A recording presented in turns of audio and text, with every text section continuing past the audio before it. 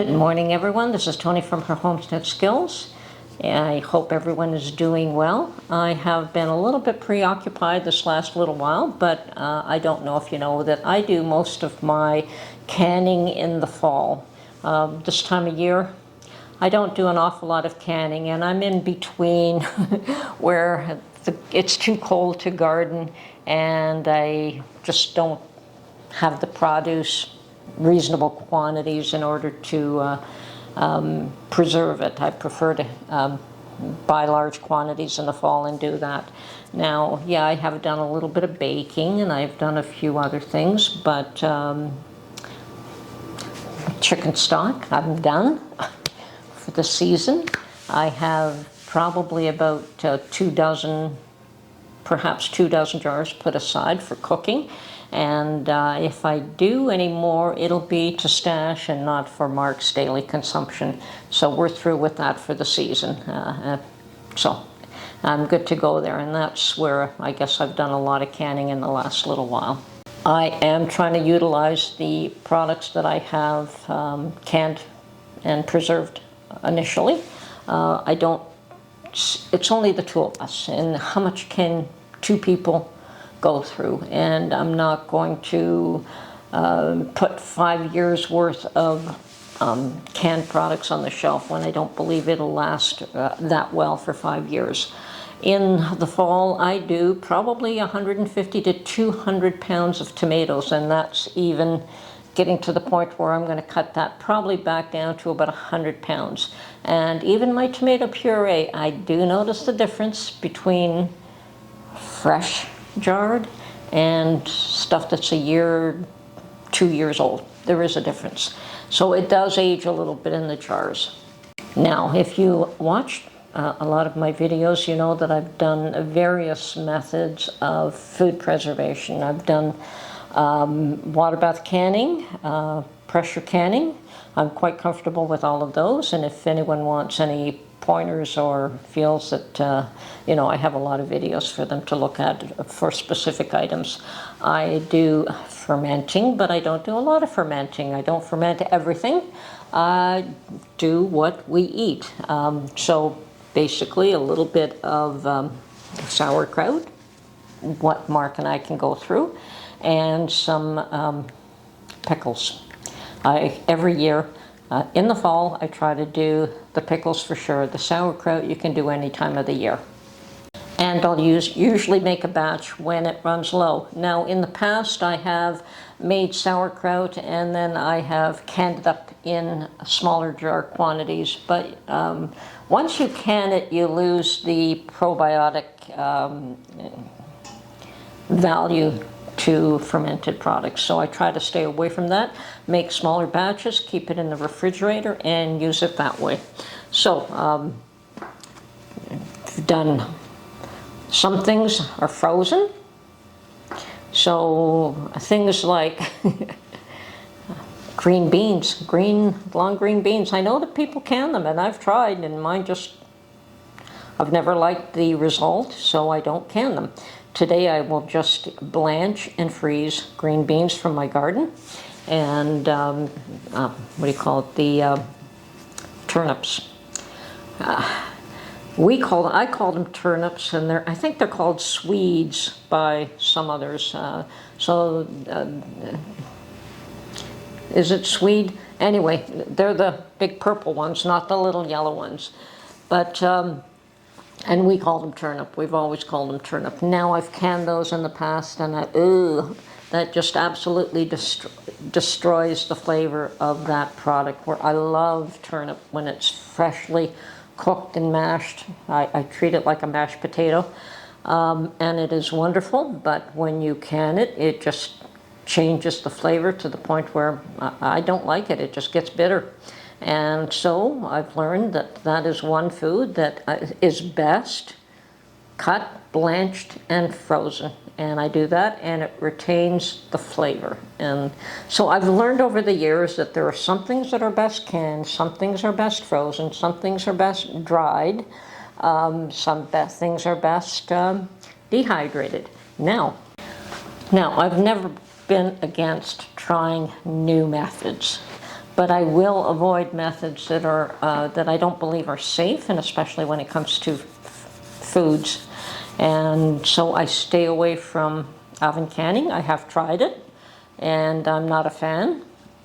And I'm not suggesting that if you like that method that you stop using it. No, if you're comfortable with it, if you feel that it is safe for you and you're pleased with the results, by all means, continue to do it. It's, you know, we have to do what we feel is comfortable for us in our own environment. And dry canning is another one of those, you know, oven canning is one thing, dry canning is something else that I've heard recently that some people do.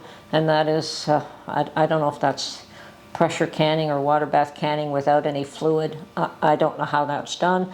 I have no desire or interest to learn about that. I don't feel that that is a safe enough method to use, so I stay away from it. There are also new canners on the market that I didn't feel the need to try, these electronic canners. My Presto canner, and God am I cheap, my Presto canner does the job, and I have no reason to buy multitudes of canners. I don't have the space, I don't have the inclination to have a multitude of different, I don't even use a water bath canner. I use my big Presto canner for water bath and for pressure canning, just to save space. I don't need, and I do have other pots that are quite large that I can use for water bath canning. So I have enough pots that I don't need multiple sets. Okay, well, there is a new method of preservation. Well, it's not that new. It's been around for quite a while, but it's becoming very popular right now, and that is freeze drying. And you're starting to see a lot of freeze-dried foods sold in stores and sold everywhere, and a lot of home-produced freeze-dried foods. And the benefit of that is, of course, the longevity of that preservation method. And as far as I was concerned, that was always out of my budget, because a freeze dryer is just a little bit on the expensive side as a tool for me to purchase.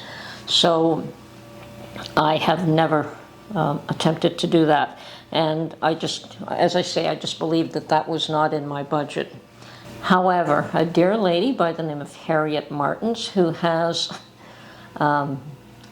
blessed me with other items in the past, had offered to send me a freeze dryer, and I was in total shock and felt that that was going above and beyond. It was a bit much, and I just didn't know what to think of that. And she told me, well, talk to Mark and get back to her, and I did talk to Mark. But I came up with a solution that I was comfortable with and an arrangement that I was comfortable with, and I discussed it with Harriet. And you know, as much as I would love a freeze dryer, I was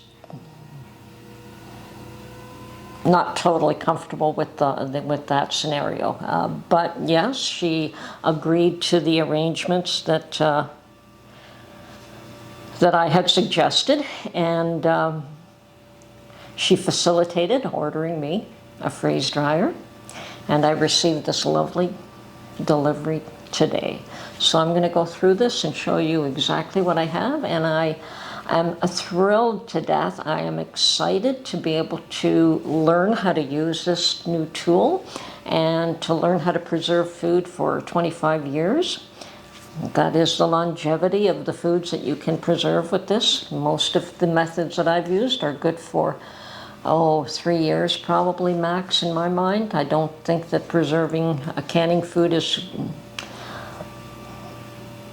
really viable after 3 years, although a lot of people will tell you that it lasts longer. I'm not so, I know that the flavor does change.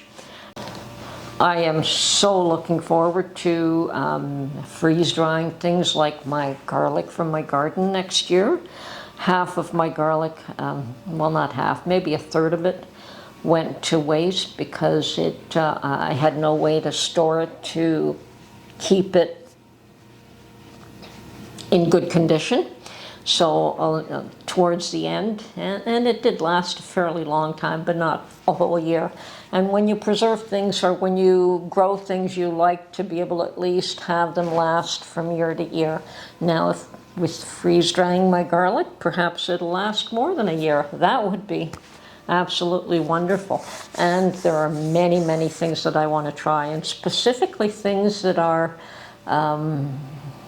like eggs and cream and milk that I have to rush out to the store for, you know, and you can't keep a lot of it in house. I mean, you can keep eggs for so long. Cream does not last in my fridge too long, and we do use well, by cream I mean the half and half. We do use a lot of half and half in our coffee, and milk. And I find that I never bought the skim milk. Never liked it. It was always the whole milk, and unfortunately, I could never go through the whole 4 quarts, I guess it is,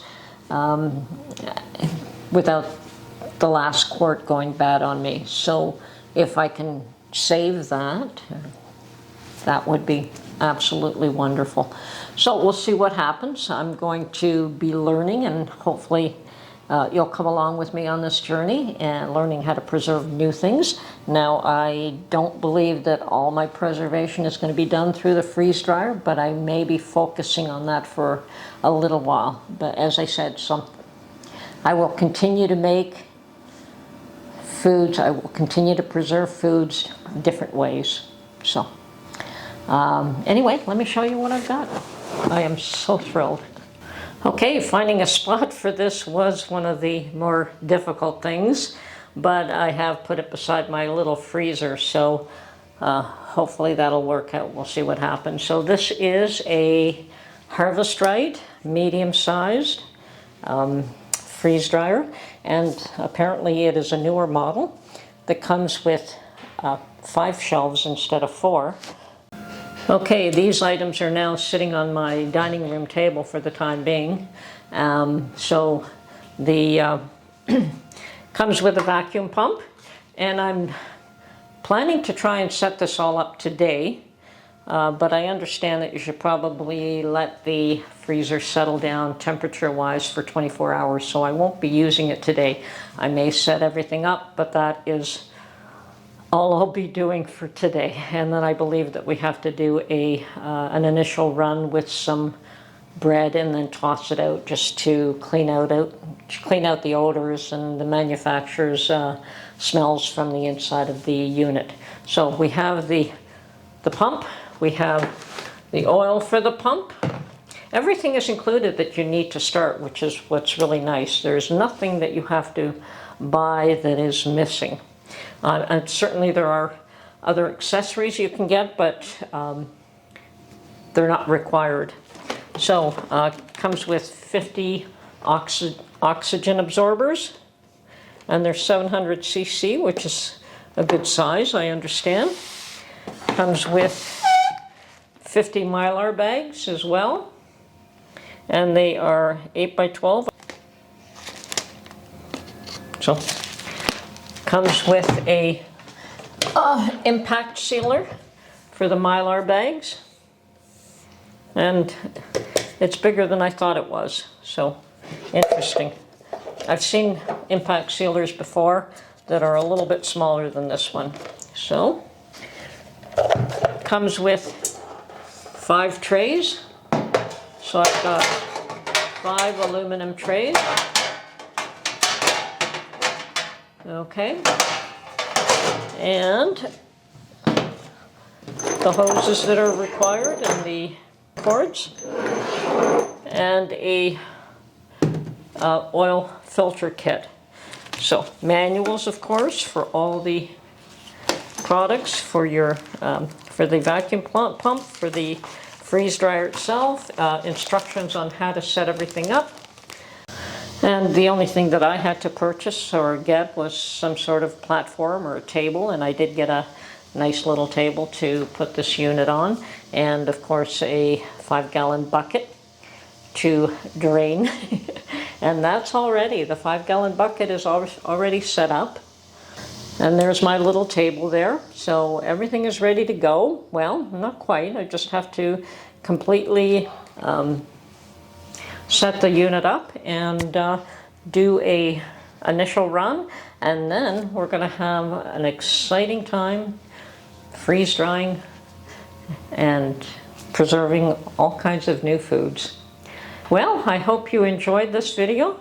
I'm certainly very blessed to have received this, and yes, well, Harriet is a very special lady. She does a lot of gardening and support for her local food banks, so I guess it isn't against her nature to do something like this, and I hope that she is also happy with the arrangement that we made.